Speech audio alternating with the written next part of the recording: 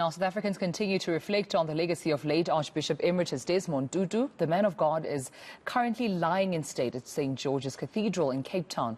Tutu's funeral takes place tomorrow. So let's continue reflecting on the Arch's legacy and the criticism that has followed the TRC's failing, of course, to prosecute those found guilty of involvement in apartheid crimes. Joining me right now, of course, is Oscar van Heerden, international relations scholar, but he's also joining us just to reflect just in terms of what's been happening, of course, to date in observing and paying tribute to the late Arch. Oscar, thank you so much for your time and good morning to you.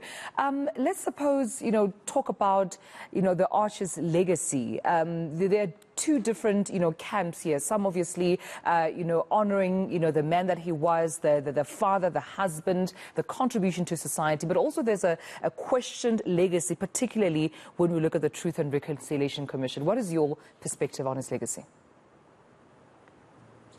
Well, thanks to Tumelo. The thing is that we are talking of an ordinary man who did extraordinary things for us as a nation. The TRC was a very difficult period. On the one hand, I think the Archbishop succeeded in at least ensuring that those families that did not know what happened to their loved ones and how these things happened were able to be comforted, to at least know what happened, who did it, and so forth. And I think that brought closure to a lot of families. But on the other hand, as you rightfully point out, there is also the issue where people are blaming the Archbishop for not ensuring that post the truth, post the reconciliation, where was justice? Where was the prosecutions for those that were found to be guilty, for those who did not apply for amnesty?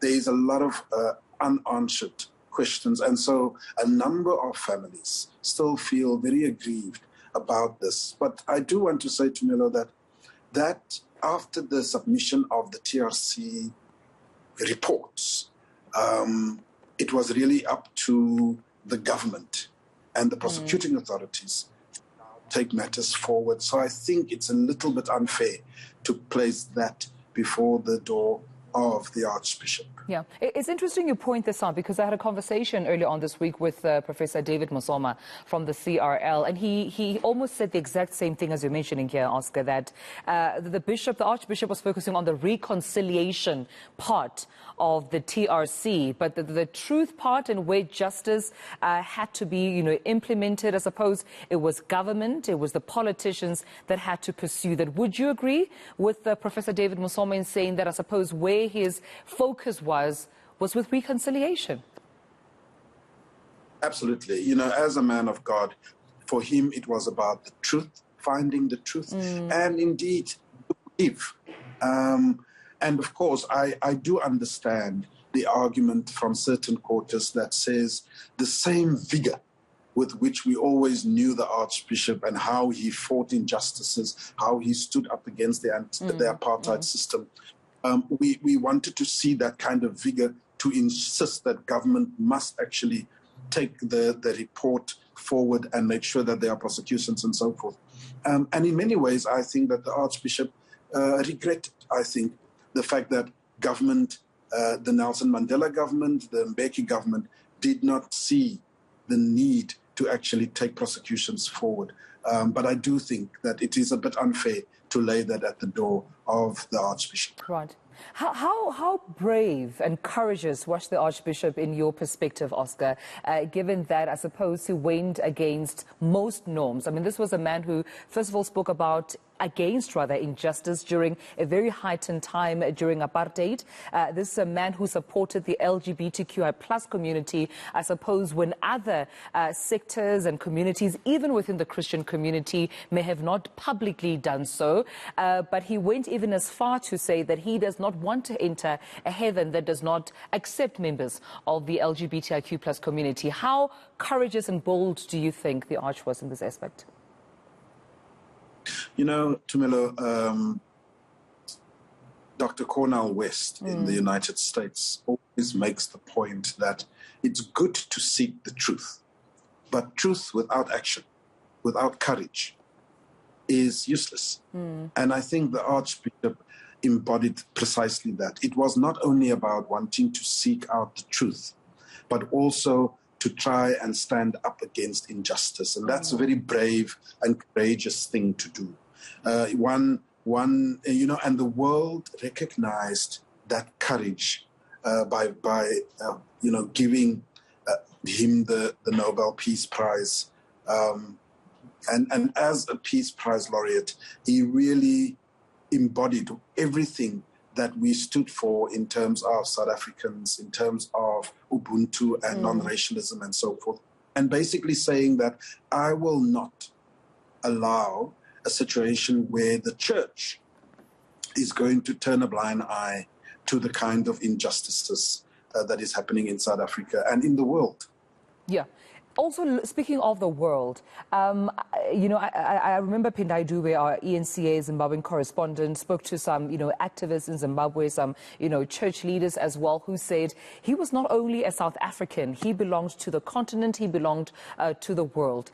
Let's reflect perhaps on the Arch that also, had relationships with the world. He was a friend of the Palestine, obviously sympathizing with what's happening between Israel and Palestine, but also he would have, relationships with the likes of United States congressmen in terms of advocating to end apartheid. This was a man who was not only bottled in the borders of South Africa, right, Oscar, but also relatable, I suppose, even across the world.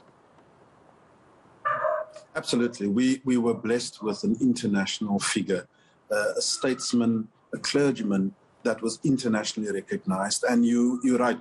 People often only refer to the Israeli-Palestine conflict, but in fact, there's the Bafrai issue that the Arch also played a big role in that humanitarian crisis that was there.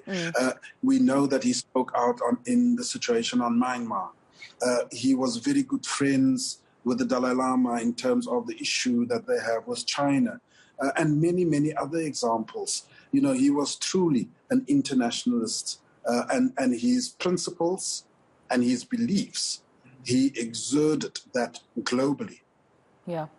What should we take from this legacy, Oscar? How do we continue with what the Archbishop has left behind? Because it seems some are of the view that he was the last remaining, really, in the world or in the country, in the continent that reflected, just a moral discipline and commitment, that symbolism that we have, almost close to what morality symbolizes. So what can we do, rather, in terms of moving forward so that the efforts that he tirelessly fought for don't go to waste? Tumelo, the truth is that what we take from such a great man, Archbishop Desmond Tutu, is moral and ethical leadership. Yeah.